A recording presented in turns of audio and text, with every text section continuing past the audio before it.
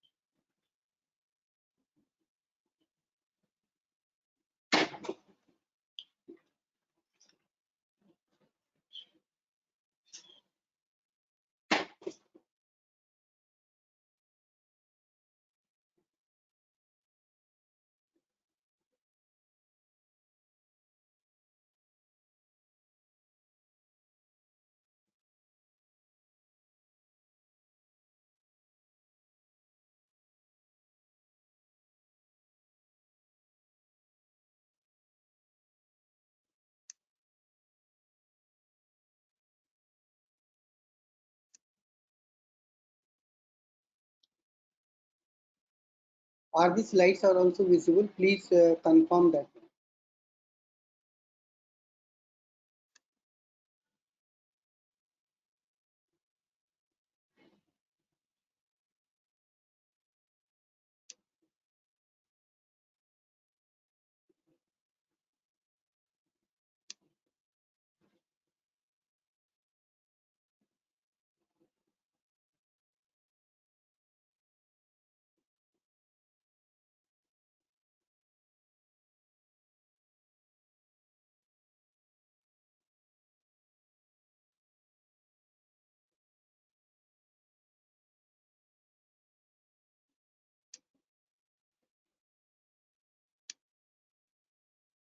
Are the slides visible now? Please confirm.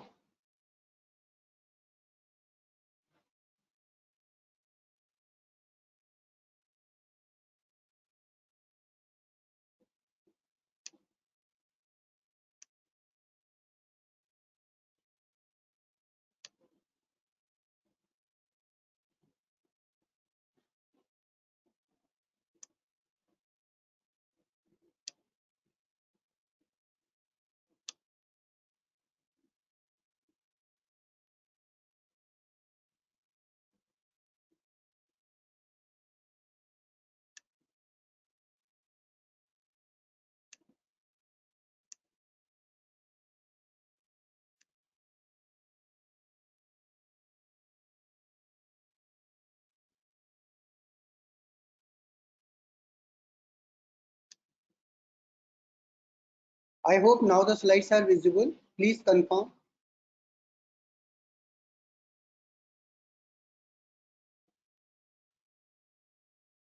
Am I audible?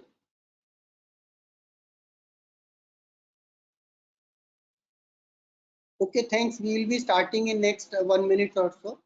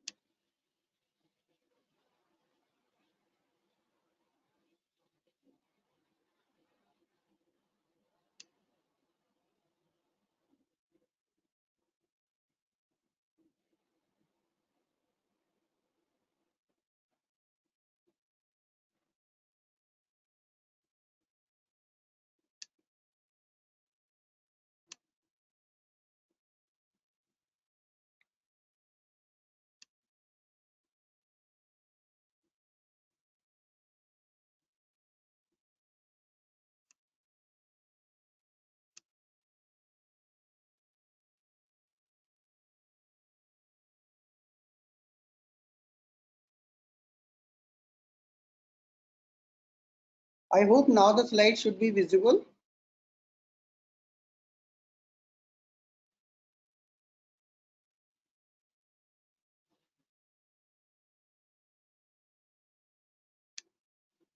All right, we will be starting. Good afternoon, students. I hope you are doing well during this COVID period. Today's tutorial is on low birth weight babies and community care of the newborn.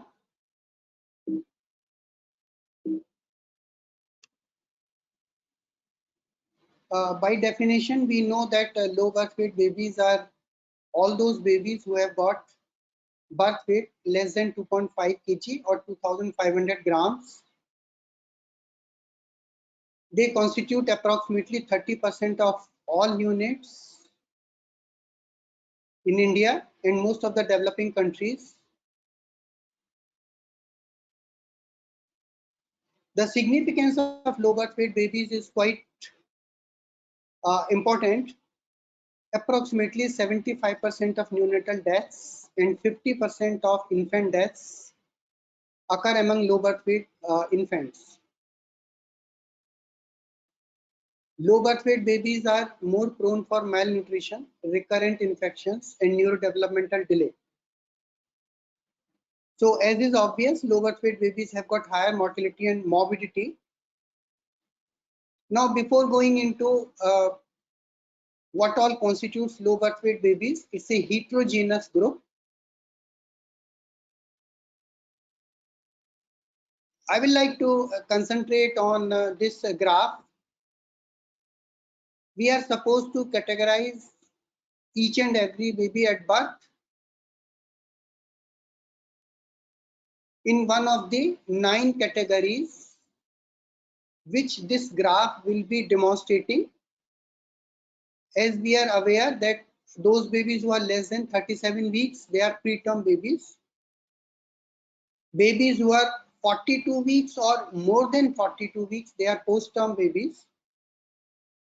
And all those babies who are between 37 weeks to just less than 42 weeks, meaning thereby 41 weeks, 6 days, 23 hours and 59 minutes, up to that time they are term babies. So we can see that these means we have to classify the babies at the time of birth in preterm, term and post-term babies.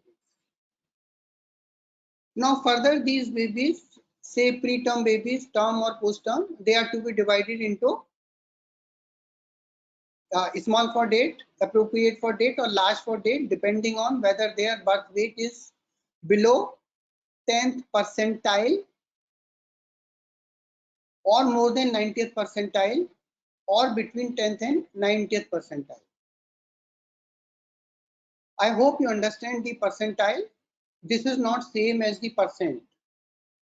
Percentile is the, say in a group of 100 babies, if you order these babies in terms of increasing, say, birth weight from lowest to the highest, so lowermost 10 babies will be in the 10th percentile. Those babies who are in the highest of the category of the weight, above 90, so babies from 91 to 100, they will be in the 90th percentile.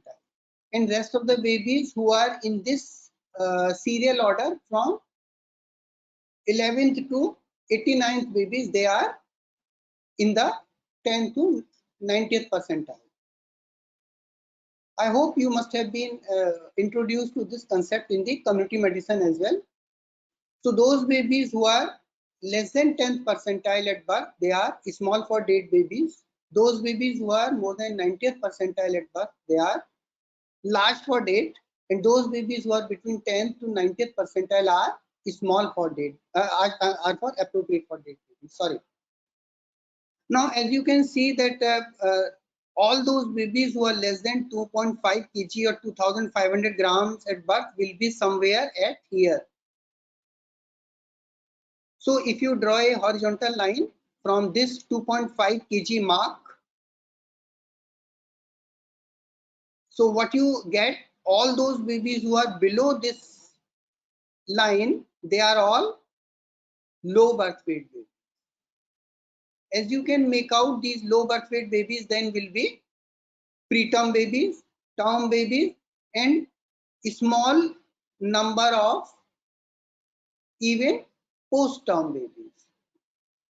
But as you can make out, all the babies who are preterm and small for date, some of the babies or majority of the babies who are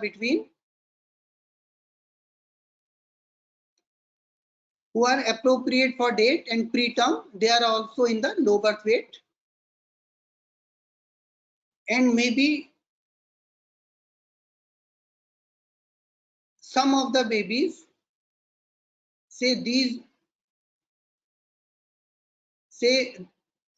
this group of babies, they will be large for date but still low birth weight babies. So all preterm babies, whether they are small for date, whether they are appropriate for date, or whether they are large for date, majority of them will be in the low birth weight babies. So low birth weight babies as such will be comprising of the preterm babies. And another important group is the term babies. As you can make out, below the line of 2.5 kg, all babies who are small for date are in the low birth weight babies. A small number of babies who are though appropriate for date, but they will also be in the low birth weight babies, term low birth weight babies. Similarly, some babies who are appropriate for date and who are small for date, so these post-term babies also will be in the low birth weight babies. So just to summarize, all low birth weight babies will be comprising of small for date, appropriate for date, and large for date. For term babies, all the small for date babies, small chunk of appropriate for date. Similarly, appropriate for date for post-term and small for date babies of post-term. I hope by now you are clear that low birth weight babies are not homogeneous, they are heterogeneous. They mainly contain the preterm babies and term small for date babies if you go quantitatively. Say out of 30% of babies who are low birth weight babies, approximately 10% will be the preterm babies. And rest of the 20% babies will be term babies. As such, the post-date or post-term babies are very small in number. They may constitute approximately less than 1%. So if you go quantitatively for low birth weight babies, 10% will be approximately preterm and 20% will be the term babies. So today we will like to discuss about the low birth weight babies which will be comprising of preterm babies and term babies.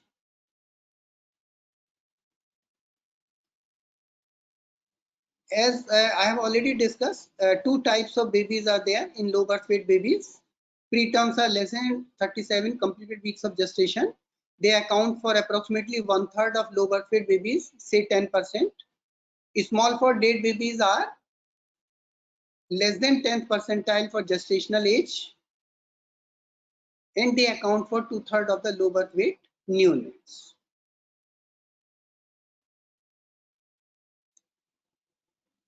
Now coming to the etiology of preterm babies or prematurity. In majority of cases, the cause of prematurity is unknown. However, in a small percentage of babies, there are some predisposing factors, maternal factors, which may be, say, low maternal weight. Pre-pregnancy weight is low.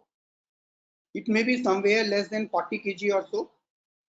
Even the weight gain during the pregnancy also may be low, maybe less than 8 or 9 kg. Teenage pregnancy means less than 16 years of age of the mother, or if the mother is carrying the twins or triplets, means multiple pregnancies, these mothers have got tendency to deliver the baby preterm. If mother has delivered a preterm baby earlier, then in the subsequent pregnancy, she has got a tendency to deliver again a preterm baby. Cervical incompetence is a cause for repeated preterm deliveries or recurrent preterm deliveries. Other causes are, say, if mother is having APH, intrapartum hemorrhage, acute systemic illness. Suppose mother is having a PIH, pregnancy-induced hypertension, or she is having a rheumatic heart disease with CHF. This is again a cause for preterm delivery.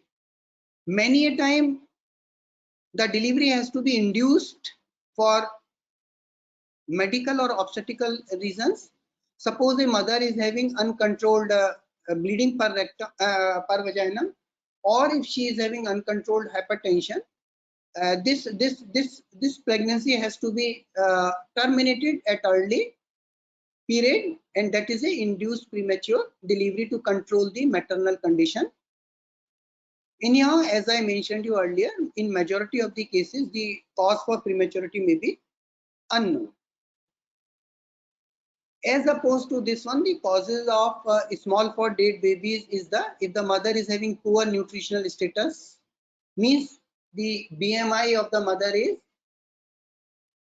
the body mass index or BMI of the mother is less than 18, or she has gained less weight during the pregnancy. That may again be a cause for small for dead baby. If there is a chronic hypertension in the mother, if there is a toxemia pregnancy, mother is moderate to severely anemic, these babies also do not grow inside the uterus. Multiple pregnancies again may lead to not enough growth in the each fetus. Post maturity, we need to understand that the after approximately 39 weeks of gestation, placenta is not sufficiently supplying blood to the baby or fetus, so these fetuses do not grow well inside the uterus. So any continuation of pregnancy, there is not much weight gain after 39 weeks of pregnancy, and definitely after 40-41 weeks, the placenta is not able to cope up with the blood supply or nutrient supply, which are essential for the growth of the baby. So these babies falter in the growth. Yes, chronic tobacco use is also another important cause, because it leads to the small vascular changes which cause the decreased placental blood supply to the baby, and there is a decreased growth.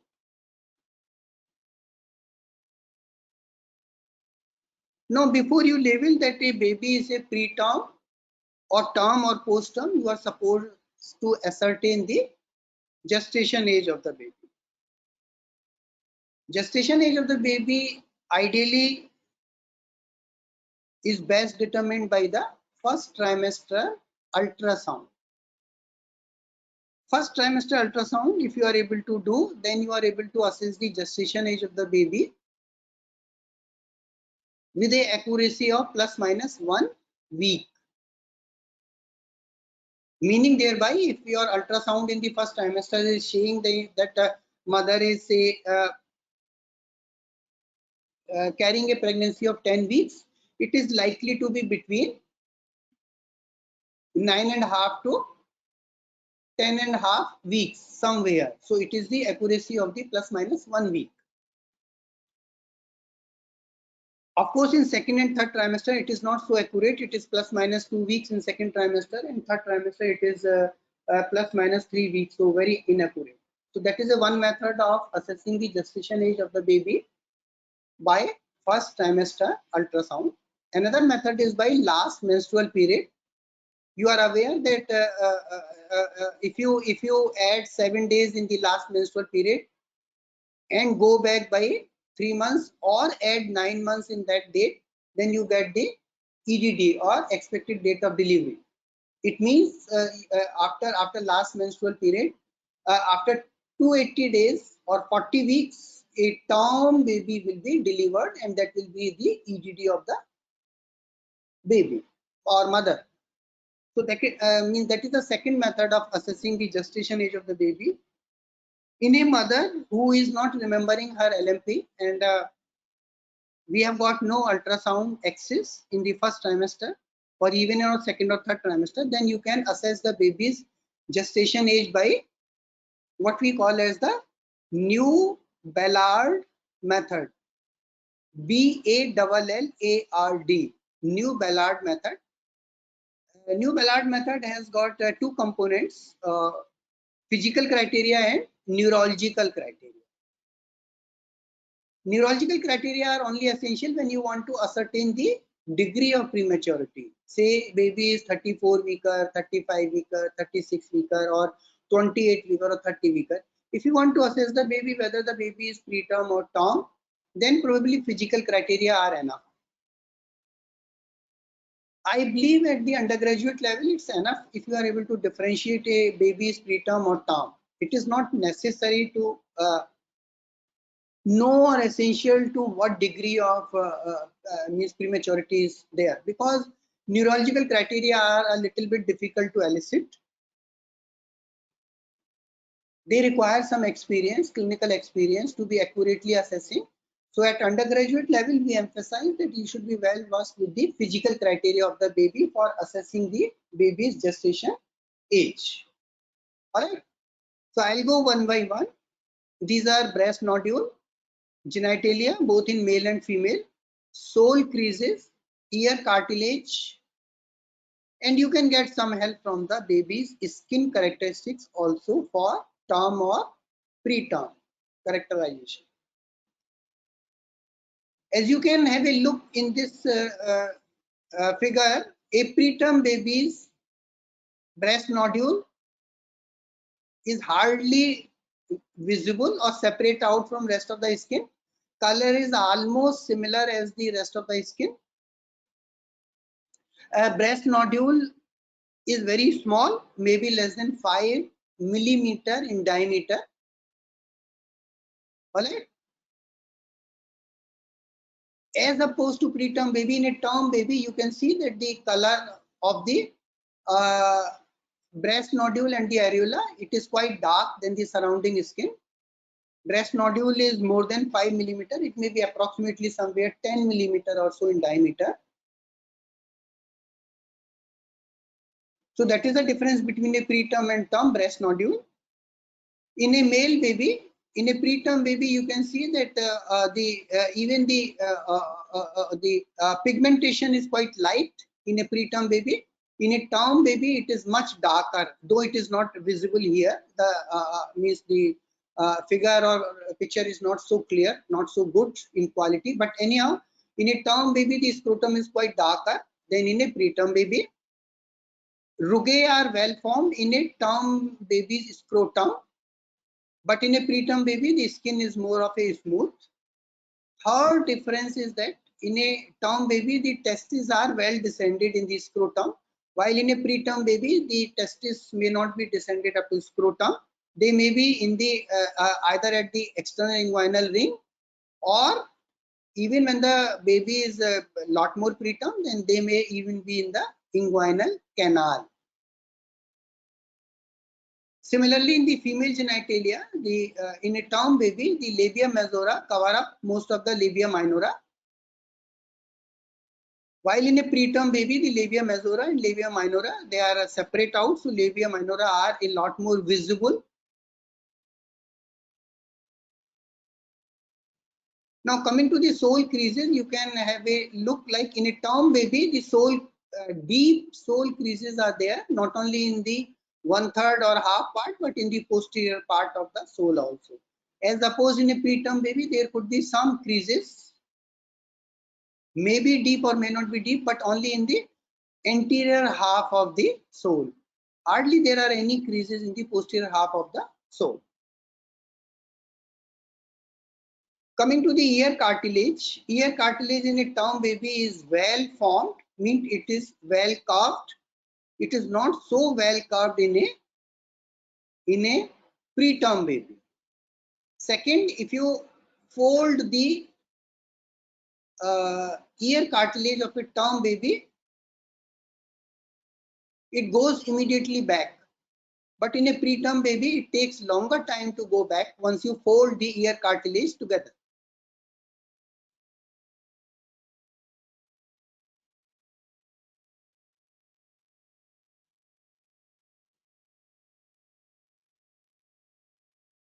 And of course, the fourth difference which I told you in the skin also, fifth difference which you can make out is that the skin of a term baby is thicker. Not many veins are visible through this skin in the subcutaneous tissue. In a preterm baby, the skin is thinner. Many subcutaneous veins are visible through this skin. And there could be some lanugo on the preterm skin. Lanugo are nothing, just the very thin, silk-like, smooth hair which are present on the upper aspect of the back of the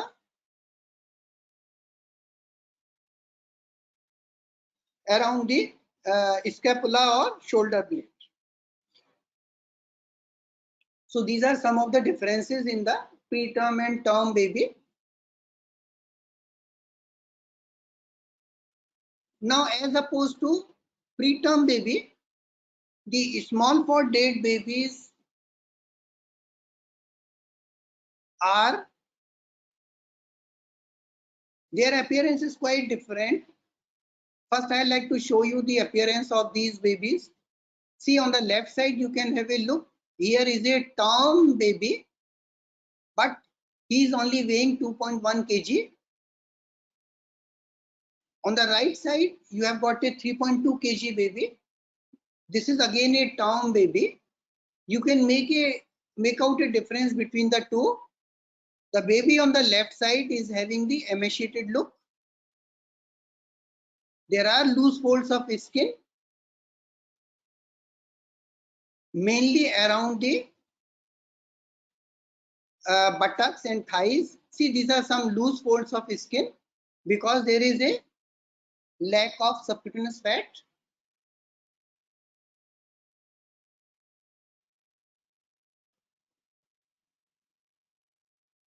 And another important difference is that the head circumference of these small for dead babies is usually more than 3 centimeter larger than the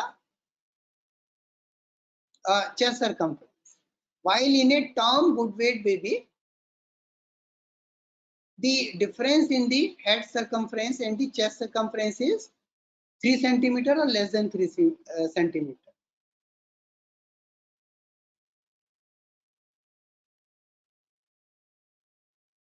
Now again here I will like to tell you that before going into the problems of the preterm babies or small for dead babies, I like to again tell you that the small for dead babies are again not uniform or homogeneous. They are heterogeneous group in the sense that if the insult of the growth of the baby inside the uterus happens in the early part of pregnancy, say in the first trimester, when the cell division is taking place, so any insult at this time will hamper the multiplication of the cells. So number of cells will be less in these kind of babies where there is an insult in the early part of pregnancy, especially in the when the organogenesis is going on in the first or second month of the pregnancy. And the best example is the whenever there is a intrauterine infections in the form of say cytomegalovirus or rubella, there the number of cells is affected. So these babies are proportionately small, meaning thereby their head circumference and length both are affected. As opposed to those babies where insult is there in the third trimester or later part of pregnancy when the number of cells has already divided, cytoplasm is being accumulated during this period. So if insult is during this period, the number is not affected, only the cytoplasm inside the individual cells is less. So their head has already grown, but they may not gain so much weight or length. It means their body proportions are not the same. So a index which uses the body proportions, you are aware probably of that index, we call that as the ponderal index. Ponderal index is just nothing but the weight upon length of the baby, weight upon length cube. Alright. So weight upon length to the power 3 is the ponderal index. In the baby who is having insult in the early part of pregnancy, who is symmetrical, their ponderal index will be the larger one, because both their head circumference and length both have been affected to the same extent, so the proportion remains same. So proportion is larger, as opposed to those babies, their babies who are affected in the second trimester or third trimester of the pregnancy, their weight is affected more than the length. So these babies have got lower ponderal index. So symmetrical babies will be having the higher ponderal index in comparison to those babies who are having the asymmetrical small for date babies. Their ponderal index will be the lower one. Of course, this ponderal index depends on the gestation age of the baby, and there are tables available from which you can make out whether this ponderal index is a higher one or lower one, so that you can categorize these babies into symmetrical or asymmetrical SG. Now, just a few words on the prognosis of these babies before I go on their problems.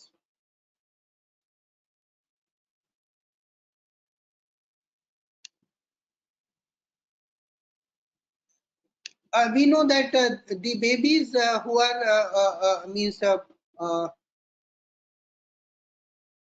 small for date, whose insult was in the early part of the pregnancy, where cell number is affected, they have got poorest prognosis, meaning thereby their prognosis is worst, because you can't regain the cell number later in life.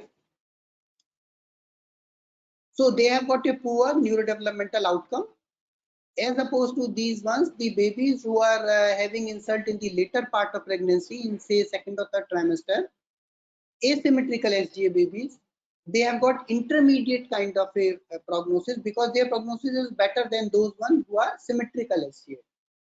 But the prognosis of the preterm babies, if there are not many preterm related complications, their prognosis should be better out of all three categories of the babies part.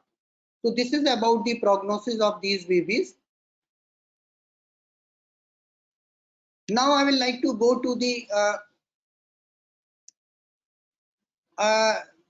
details of some of these problems of the preterm babies.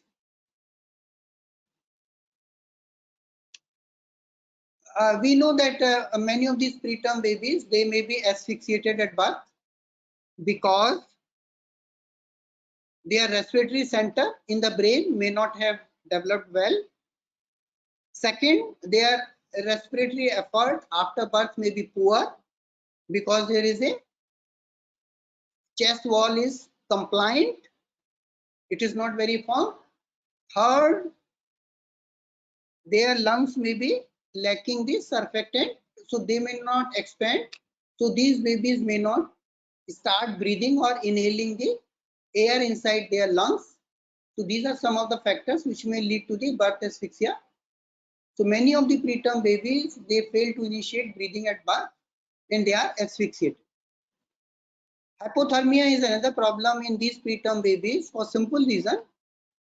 They can't produce much energy, because there is not much glycogen stored in the body. Second, their muscle mass is also very less, so they are not able to maintain a flexed posture. Third, as I mentioned you, there is hardly any, their skin is very thin, subcutaneous tissue is not there. So subcutaneous tissue or fat is a bad conductor of heat, so they are not able to prevent their heat loss. These are some of the reasons these preterm babies are more prone to become hypothermic. Feeding difficulties are there in many of these preterm babies. We need to keep one thing in mind, that many of these babies who are less than 34 weeks, they have not developed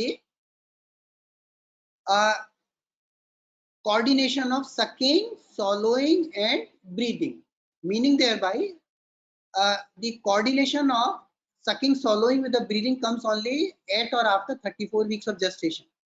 So those babies who are less than 34 weeks, they are not able to suck directly from the breast and swallow the milk. There are chances of aspiration. So this is the problem related with their feeding method. Of course, their gut motility is also lower one. So they may have difficulty in moving their gastric contents. So there is a chance of the GER, what we call as the gastroesophageal reflux also in some of these babies. So these are some of the feeding difficulties which these preterm babies they face. Infections, yes, they are more prone for infections for simple reason because their skin is also very thin and fragile. It is easily damaged. So skin is a important route of transmission of infection to the blood in some of these preterm babies. They require more intervention in the form of, say, resuscitation for birth asphyxia. They may require IV fluids if they are not feeding well. So these are some of the interventions. Because of those interventions also, they are more prone for infections. Hyperbilirubinemia is again a problem of preterm babies because the main enzyme which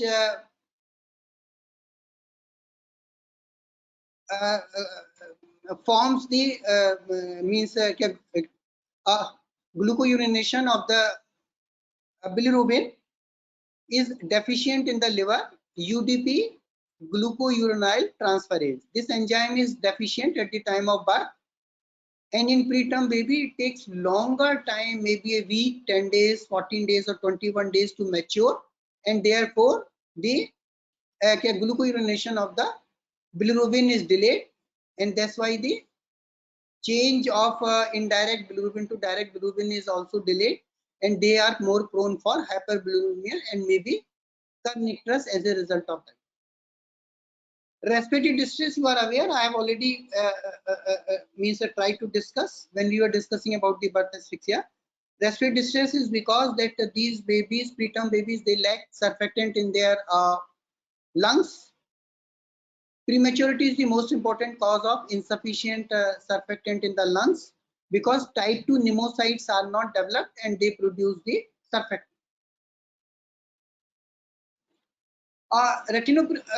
Retinopathy of prematurity is an important cause of their eye problem. Many of these babies who are preterm, they are oxygen dependent, they go into shock, they require the inotropes, they are transfused the many blood products, they may be acidotic. Some of these are the risk factors for the development of retinopathy of prematurity. Retinopathy of prematurity is just nothing, it is just like akin to diabetic retinopathy, where there is a neovascularization in the retina. New vessels are formed, and these vessels are liable for bleeding, rupture. So if a baby is having retinopathy of prematurity, neovascularization is there, and if there is a bleeding in the retina, they are liable to lose their vision, their sight. Apneic spells are again common in the preterm babies because the brain may not be, the respiratory center may not well developed in the brain, in the hypothalamus. So there could be a central apnea, what we call as the central apnea, because of the underdevelopment of the respiratory center in the brain. They may have obstructive apnea if the neck position is also not in the neutral position. It is either flexed or hyperextended. So there could be obstructive apnea, or there could be both kind, central apnea and the obstructive apnea, what we call as the mixed apnea. So apneic spells are also common in the preterm babies. Intraventricular hemorrhage is again a problem of the prematurity. Many of these babies, their capillaries are not well supported by the uh, connective tissue inside the brain, so they are more fragile. Second, the circulation in the brain of a preterm baby is pressure passive.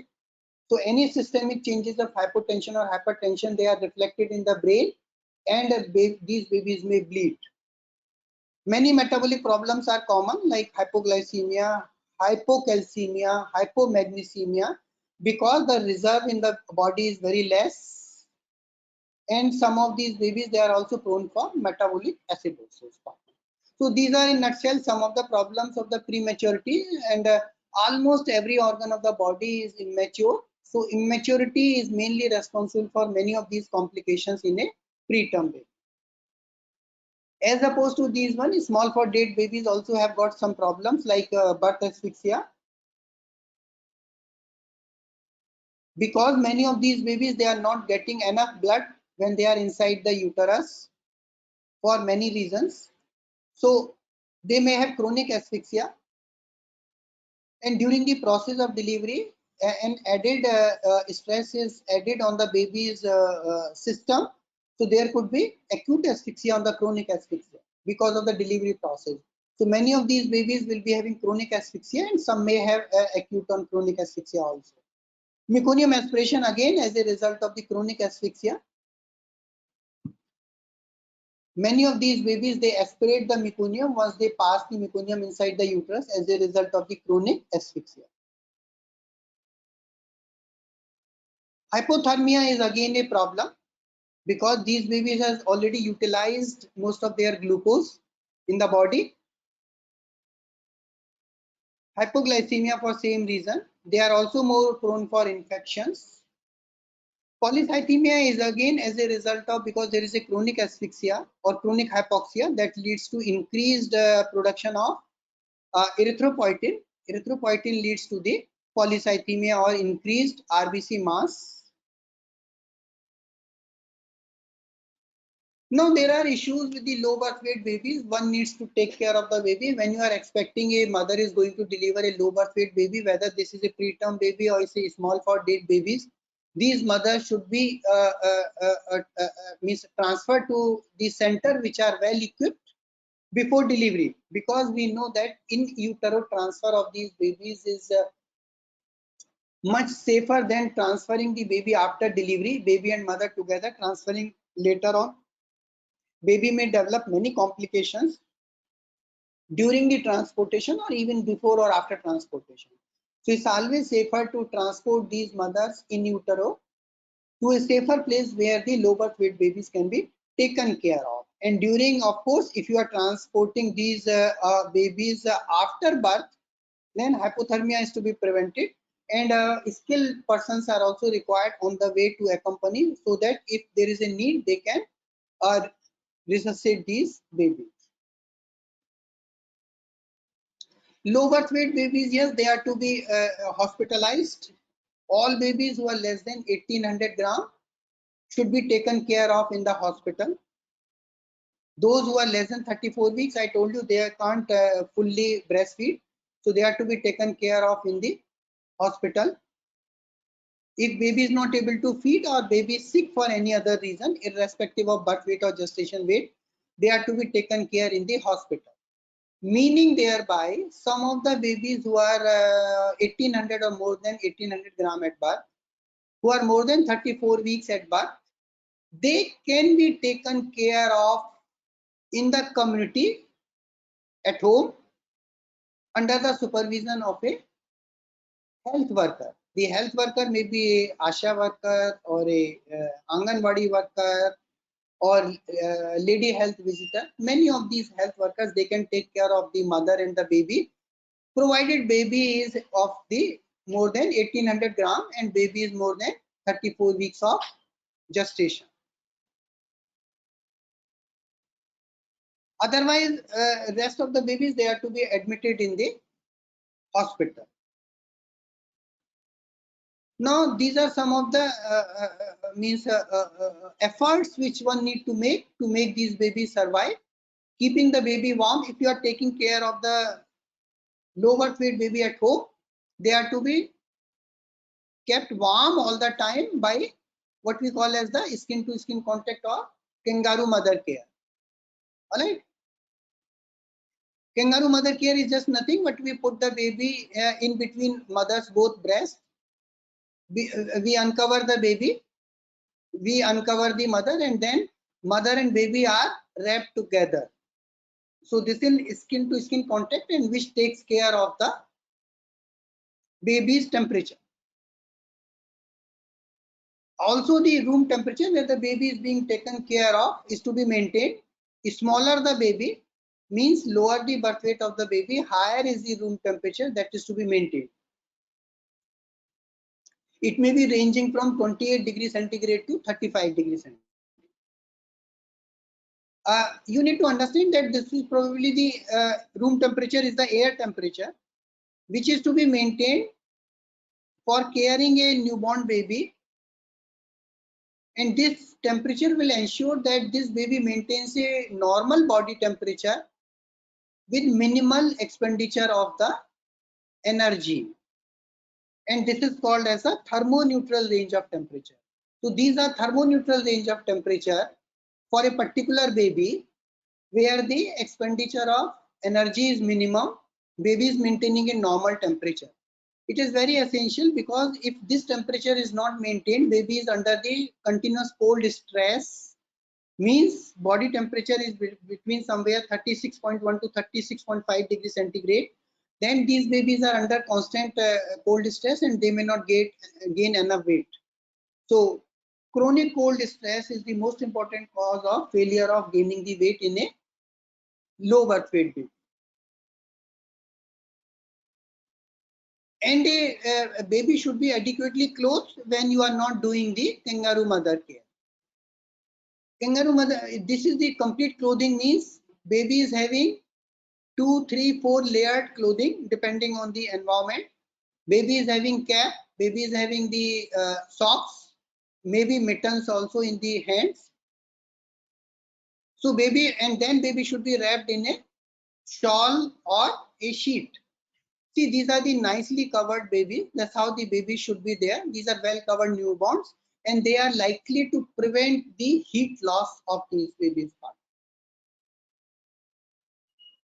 Now, if you want to keep these babies warm in the hospital, you have got various measures. These are the radiant warmer. You must have seen in our nursery, Watt 16 or Watt 38. These are the warmers. They are servo controlled. They maintain the body's temperature in a narrow range of 36.5 to 37 degrees centigrade, and the heat output is the automatically adjusted as per baby's requirement. So they are servo controlled radiant warmer. Similarly, they are servo controlled your incubators. All right. And these are some of the means other methods where you have a water filled mattress heated, but one needs to be very careful that sometimes if this water leaks outside, baby may get a burn. So nowadays we do not prefer much of this method of heating, but these are very standard good methods of keeping the baby warm either in incubator or in the radiant warmer. This is again the overhead radiant warmer, same. Now a little bit idea of the babies who are to be taken care of in the hospital, those low birth weight babies who cannot be taken care of, those who are not able to breastfeed or able to take the feed even by nasogastric feed or gavage feeding, they require IV fluid. So to start with, all babies who are less than 1200 grams, those who are less than 30 weeks, you need to start the IV fluids. Gavage feeding is introduced or nasogastric feed is introduced once the baby is stable, maybe after 2, 3, 4 days gradually, and then we shift these babies to spoon feeding, and ultimate aim is to shift them from spoon feeding to the breastfeeding. Similarly, those babies who are between 1200 to 1800 grams, they are between 30 to 34 weeks. You can start initially, they may not require IV fluid if they are not sick. If they are sick, they may require IV fluids.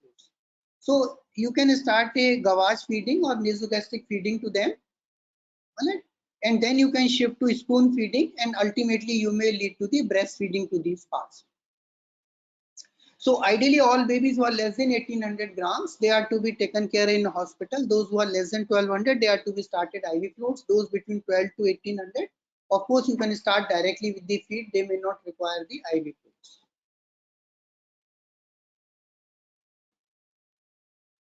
Yes, feeding also, when you are starting the feed, you have to start at the lower level. It may be somewhere at 60 to 80 ml per kg per day. You can increase these feeds by 15 ml per kg per day.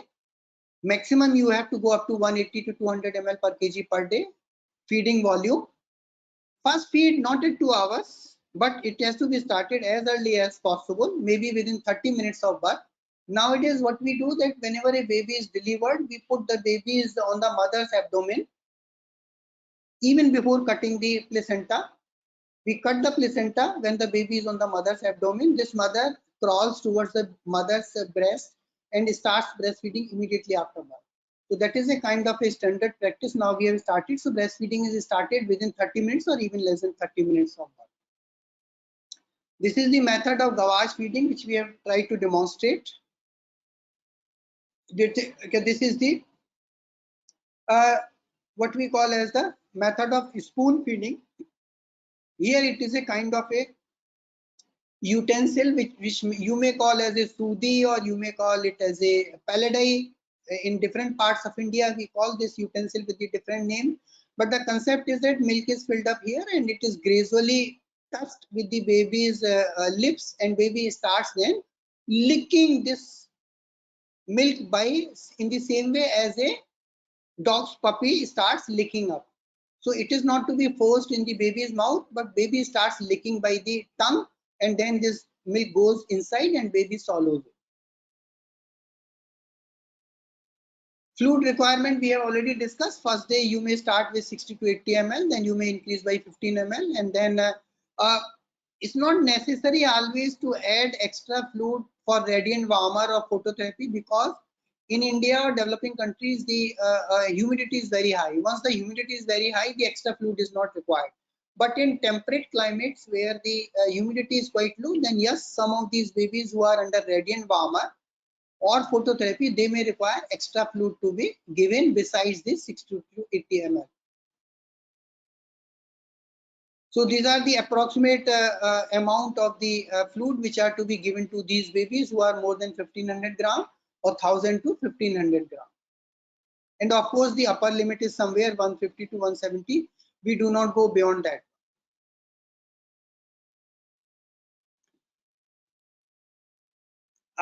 Many of the preterm babies, they lose weight 1 to 2% per day, but the cumulative weight should not be lost, should not be more than 10%.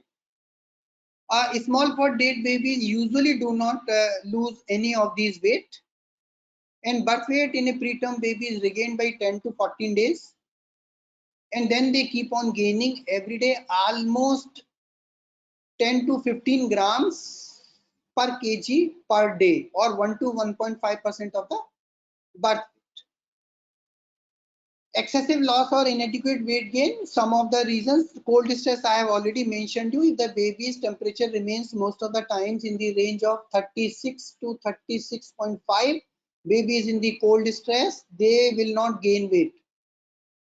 So these mothers are to be taught to recognize clinically the cold stress. Cold stress means the baby's feet or sole will be cold then compared with the mother baby's anterior abdominal wall. If both anterior abdominal wall and sole of the babies are warm, it means baby is the normal temperature. But if the baby's sole are colder than the baby's abdomen, then this is probably the cold stress. And if both are cold, means the baby's sole and the anterior abdominal wall, this baby is in the hypothermia. So hypothermic babies are to be taken care of in the hospital under a positive heat source, radiant warmer or incubator. But those babies who are in cold stress, they can be managed by mother by skin to skin contact. And majority of these babies, they are rewarmed in the approximately 1 hour time when they are doing or undergoing KMC, kangaroo mother care. If there is anemia in the baby, they may also not gain weight. Poor intake, of course, when the milk intake is less, especially in a preterm baby, the weight gain will be less. Or if they are having an underlying sepsis, especially UTI, then the weight gain is also inadequate. So if a baby is not gaining weight, then probably you need to look on these 3-4 causes. These are the most common causes for inadequate weight gain. Some of these babies, they may require supplements. All babies, irrespective of gestation age, they require vitamin K. Those babies who are less than approximately 1.5 kg or so, they may require 0.5 ml of or 1 milli or 0.5 milligram of vitamin K at birth. Larger baby require 1 milligram at birth. Vitamin A is 1000 intention units per day. Vitamin D is 400 intention units per day. These are the requirements of a baby, especially the low birth weight babies and preterm babies. Iron we start now much earlier, not at 8 weeks, maybe around 2 weeks we start the iron, that is around 2 milligram per kg per day. We start this iron. Probably this is the last slide which I will like to discuss on these ones. All these low birth weight babies, we are supposed to be constantly monitoring them for danger signs, and if any of these danger signs appear, they are to be referred at an appropriate place. So recognition of danger signs is very important in these babies. Some of these danger signs are lethargy, refusal to feed, hypothermia, tachypnea, grunt, gasping, apnea means respiratory problem is there, seizures, vacant stare may be a part of seizure, abdominal distension, vomiting, diarrhea, these are some of those abdominal problems, bleeding, severe icterus means the icterus is also present over palms and soles. These are some of the danger signs which if they are present in a baby, they are supposed to be referred to at appropriate place. And while you are transporting these babies, they are to be kept warm. They may require oxygen support, they may require resuscitation while they are being transported. So bag and mask should be available. A person who can do a good bag and mask ventilation should also accompany the baby. Preferably they should go with the mother, and there has to be a referral note. Prognosis I have already told you while I was comparing the small for date babies, symmetrical and asymmetrical, and preterm babies. Mortality is inversely related to birth weight and gestation age. More preterm the baby, more is the mortality. Lower the birth weight, they are more, means mortality is higher one. And of course, directly related to the severity of the complications of prematurity. Long-term outcome depends on birth weight, gestation, and severity of complications. I have already comparatively told you about the long-term prognosis of symmetrical SCA, asymmetrical SCA, and preterm baby. I think I like to stop here on this part one, and I hope that should be enough for low birth weight babies part one.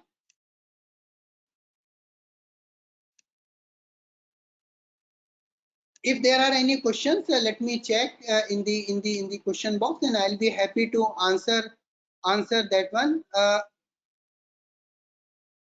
Sir, what all constitutes sick neonates? Sick neonates is a non-specific kind of a terminology. Those babies who are having, say, any of those danger signs, which I told you, all right. So all those danger signs where the baby's vitals are not maintained, baby is hypothermic, baby is having tachypnea, baby is in shock, baby is not feeding well, baby is lethargic, baby is having seizures. What we call as that a baby who has been feeding well, who has been stable, mother starts saying that this baby is not looking good. I think that should be the bottom line, because mother is looking at the baby all the time. Mother's observations are majority of the times correct. So if a mother says that this baby has become sick, not feeding well, not looking good, you should start looking some of the vital signs, some of the systemic features of these babies' illness, and they all constitute the sick babies. So sick baby is a non-specific kind of a terminology, but very important in case of a newborn for simple reason, because majority of the illnesses in the baby, they produce non-specific signs and symptoms. Sign and symptoms of a hypothermic baby, a septic baby, a baby who is having a cardiovascular disease, a baby who is having a respiratory distress, there could be similar kind of the etiology. So it's very difficult to differentiate the disease-specific signs symptoms in a newborn.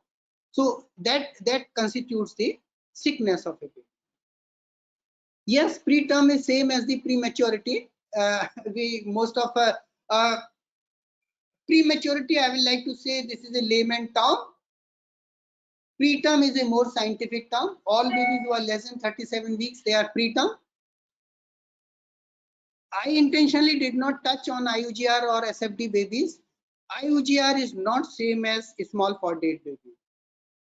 The main difference is that small for date baby is a statistical classification, meaning thereby out of 100 babies, whatever may be the birth weight, 10 babies have to be SFD. But a baby who is term, who has not grown enough to its potential in the uterus, is a IUGR baby. So even a 3 kg baby can be IUGR, but a 3 kg baby will not be SFD. So IUGR is having the clinical features of growth retardation, like a malnutrition. But small for date baby is a statistical classification. This baby may not have any features of IUGR. I think these are the 3-4 questions in my question box. If there are any more questions, you are most welcome to ask me, or you can later on also ask me, or even you can share on my phone number, or this one later on. I'm sharing my phone number to you. You can note down. This is 9968604310. 9968604310. You can ask me these questions later on also. I'll be happy to share on that part one. I hope that much should be enough for you people to be this one. Let me put that way, we are missing our students. We hope to meet you in lecture theaters and interact with you and do the small group tutorials, lectures, bedside teaching. We hope that we are able to see you at earliest.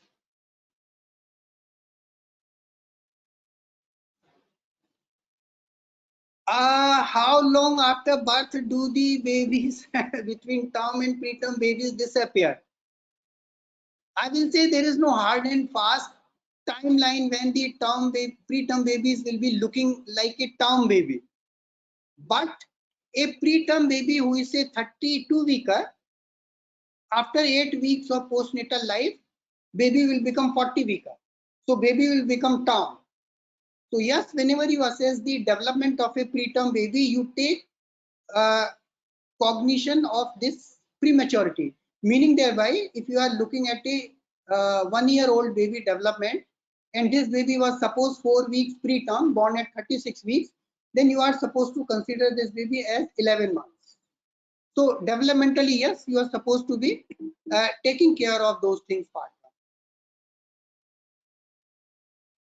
Thank you very much. Thanks.